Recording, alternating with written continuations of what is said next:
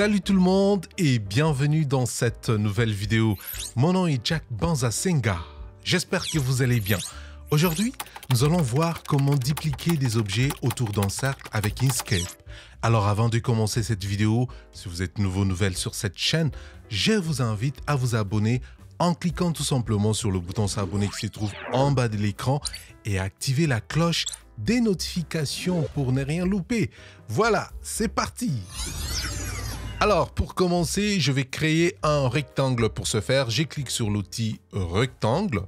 Ensuite, je crée le rectangle dans l'espace de travail. Je change la couleur de ce rectangle. Pour ce faire, je sélectionne le panneau fond et contour. Ensuite, ici dans la section roue, je déplace ce curseur-là. Je veux prendre une couleur, voilà, je vais prendre cette couleur-là. Ensuite, je déplace ce petit curseur, voilà, à cet endroit-là pour assombrir un peu cette couleur-là. Maintenant que ce fait, je retourne dans le panneau calque, voilà, ici. Ensuite, je clique sur le petit cadenas pour verrouiller le rectangle que je viens de créer. Maintenant, je vais créer un cercle. Pour ce faire, je clique sur l'outil ellipse. Ensuite, je change la couleur. Voilà, je vais prendre la couleur jaune. Maintenant, j'appuie sur la touche CTRL et je crée le cercle.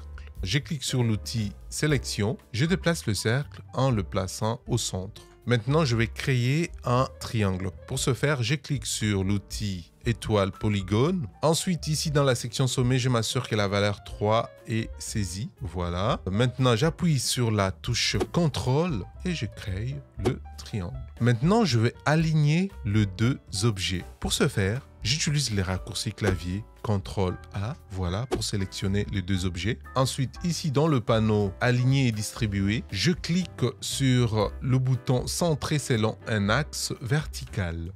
Comme vous pouvez le voir, les deux objets sont alignés verticalement. Alors maintenant, je vais dupliquer ce triangle et ensuite le placer tout autour de ces cercles. Pour ce faire, je clique sur l'outil sélection. Ensuite, voilà, je clique d'abord dans l'espace vide et ensuite je clique sur le triangle pour le sélectionner. Je clique sur l'onglet chemin. Dans le menu déroulant, je clique sur effet de chemin. Et ici dans le panneau effet de chemin, je clique sur cette vignette pour afficher le menu déroulant. Dans ce menu déroulant, je clique sur tourner les copies. Comme vous pouvez le voir, voilà, j'ai plusieurs triangles créés. Maintenant, le but, c'est de placer les différents triangles créés autour de ces cercles. Pour ce faire, je clique sur l'outil nœud. Ensuite, je déplace ce petit point. Voilà, je le place au milieu, donc au centre du cercle. Comme vous pouvez le voir maintenant, les différents triangles sont autour de ce cercle.